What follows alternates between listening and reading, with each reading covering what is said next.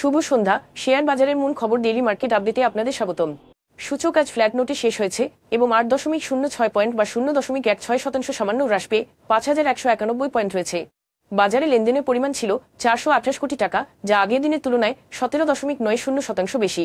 Banking খাত থেকে Islami bank Bangladesh, national bank ও উত্তরা ব্যাংক, টেক্সটাইল খাত থেকে dragon sweater and spinning limited, new line প্রোথিনস and Jahin spinning limited, telecommunication খাত থেকে গ্রামীণফোন আজ সূচকে বৃদ্ধিতে মূল ভূমিকা রাখে। অন্যদিকে ওষুধ ও রসায়ন খাত থেকে বিকন ফার্মাসিউটিক্যালস, বেক্সিমকো ফার্মাসিউটিক্যালস এবং রেনাটা পিএলসি, খাদ্য ও আনুষঙ্গিক খাত থেকে British American tobacco, fine foods এবং অলিম্পিক ইন্ডাস্ট্রিজ আজ সূচকের হ্রাসে মূল ভূমিকা রাখে এবং বাজার ফ্ল্যাট নোটে শেষ হয়।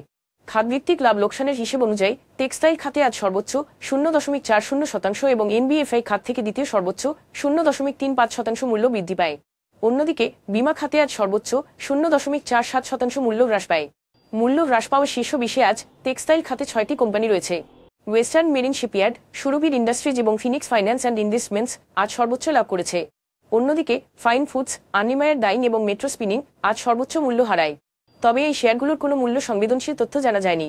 গত 3 মাসের গড় লেনদেনের তুলনায় আজ Phoenix finance and investments, south Bangla agriculture and commerce bank এবং সুরভির ইন্ডাস্ট্রিজের লেনদেনের পরিমাণ উল্লেখযোগ্যভাবে বৃদ্ধি পেয়েছে।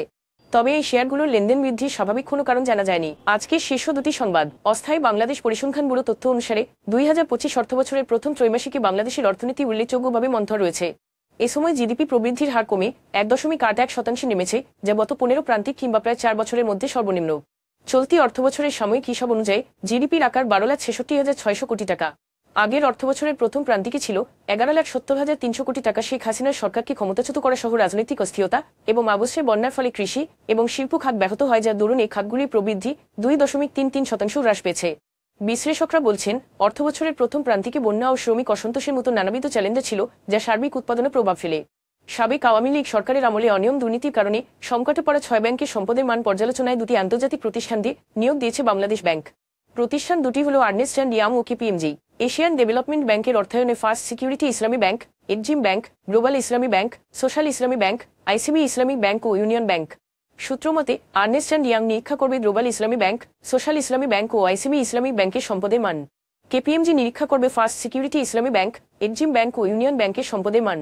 এর মধ্যে 4টি ব্যাংকের মালিকানা ছিল সাবেক প্রধানমন্ত্রী শেখ হাসিনার ঘনিষ্ঠ এই সালন গ্রুপের হাতে। দেশে গত আগস্টে রাজনৈতিক পট পরিবর্তনের পর এসব ব্যাংকের পরিচালনা পর্ষদ পুনর্গঠন করে কেন্দ্রীয় ব্যাংক। এডিবির একাধিক প্রতিনিধি ইতিমধ্যে বাংলাদেশে এসেছেন। তারাই এই ব্যাংকগুলোর সম্পদের মান পর্যালোচনা পরামর্শ দেন। ইতিমধ্যে ব্যাংকগুলোর কাছে এ নিয়ে তথ্য চেয়েছে বাংলাদেশ ব্যাংক। পাশাপাশি নিরীক্ষা দলকে সর্বোচ্চ সহায়তা করতে বলা হয়েছে 6 ব্যাংকের চেয়ারম্যানদের। আজ এ পর্যন্তই। আগামীকাল আবার আসবো শেয়ার বাজারের নানা আপডেট নিয়ে। ধন্যবাদ।